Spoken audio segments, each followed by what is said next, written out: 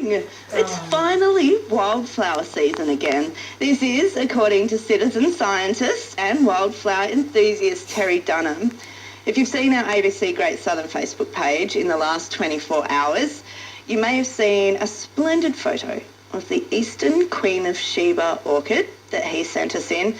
I had a chat to Terry yesterday and I started asking him about his involvement with wildflowers around the Great Southern. I research orchid locations, document them and sort of help out with that part of the world. Okay, so you sent us some photos of the Queen of Sheba. Where did you find it? That's in the Noangarup Shire. So sort of we keep locations confidential of special finds like that.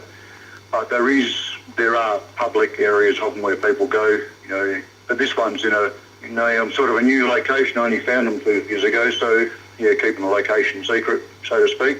And why is that? Why do you keep the location so secret?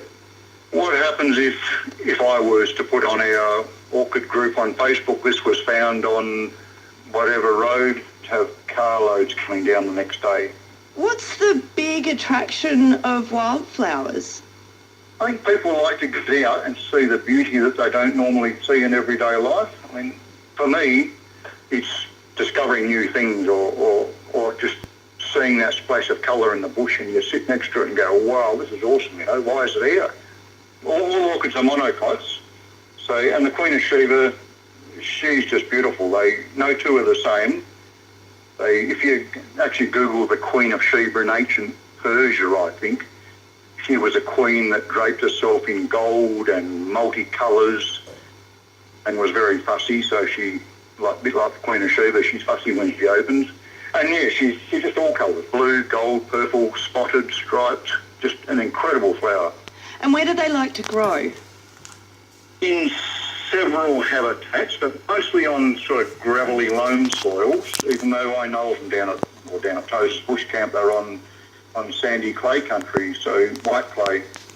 They don't like, swamps or tall trees, more low heathland, low scrub. And how rare are they, Terry? The speciosa, the one that's beginning to flower now, I mean, they are rare, but they're not declared rare, but these ones grow from sort of the Stirling Ranges, south of Noangarup and down to sort of Bremer Bay, Toast's Bush Camp and all them areas.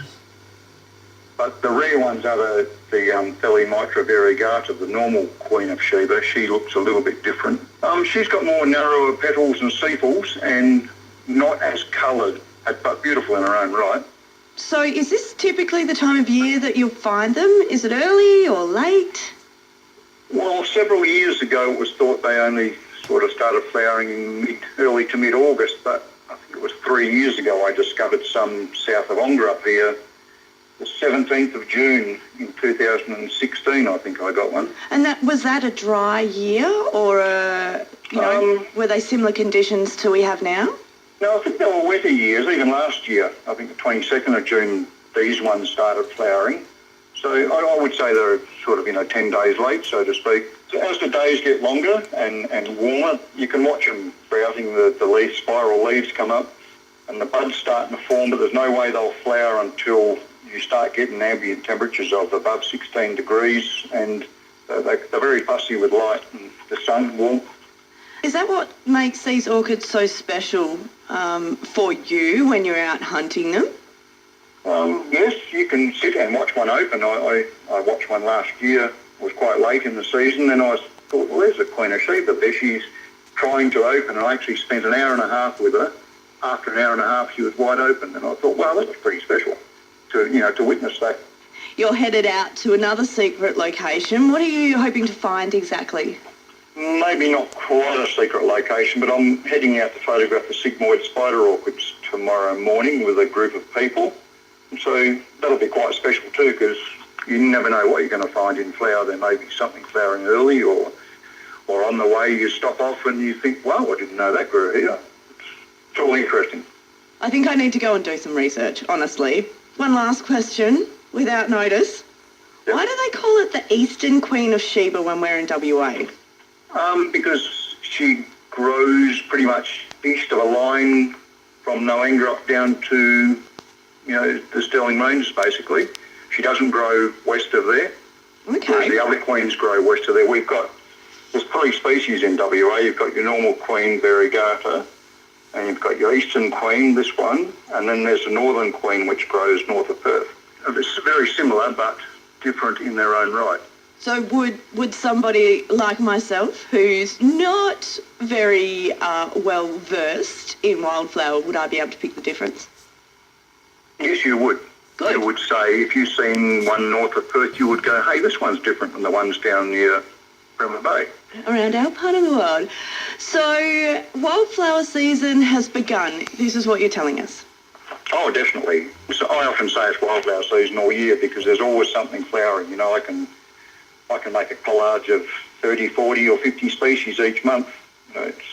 Nature's just beautiful in WA.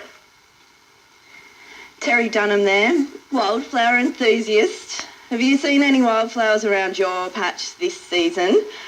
Are you heading out to hunt some down carefully? Not treading on it this weekend? Get in touch. Let me know.